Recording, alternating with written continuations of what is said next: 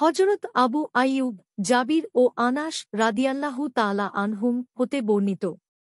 যখন এ আয়াত নাজিল হয়, অর্থাৎ সেখানে মসজিদে কুবায় এমন কিছু লোক রয়েছে যারা পবিত্রতা অর্জন করাকে পছন্দ করে এবং আল্লাহ পবিত্রতা অর্জনকারীদের পছন্দ করেন। সূরা আত-তাওবা ১০৮। তখন রাসূলুল্লাহ সাল্লাল্লাহু আলাইহি ওয়াসাল্লাম বললেন, হে আনসারগণ, এ আয়াতে আল্লাহ পবিত্রতার ব্যাপারে তোমাদের প্রশংসা করেছেন।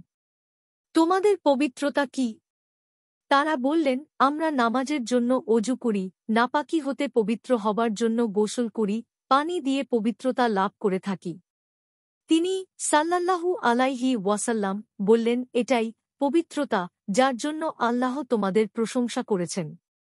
সুতরাং তোমরা সব সময় এটা করতে থাকবে। ইবনু মাজাহ ৩৫৫, সহিহ আবু দাউদ ৩৫। মিশকাতুল মাশাবিহ ৩৭৯। হাদিসের মান সহিহ।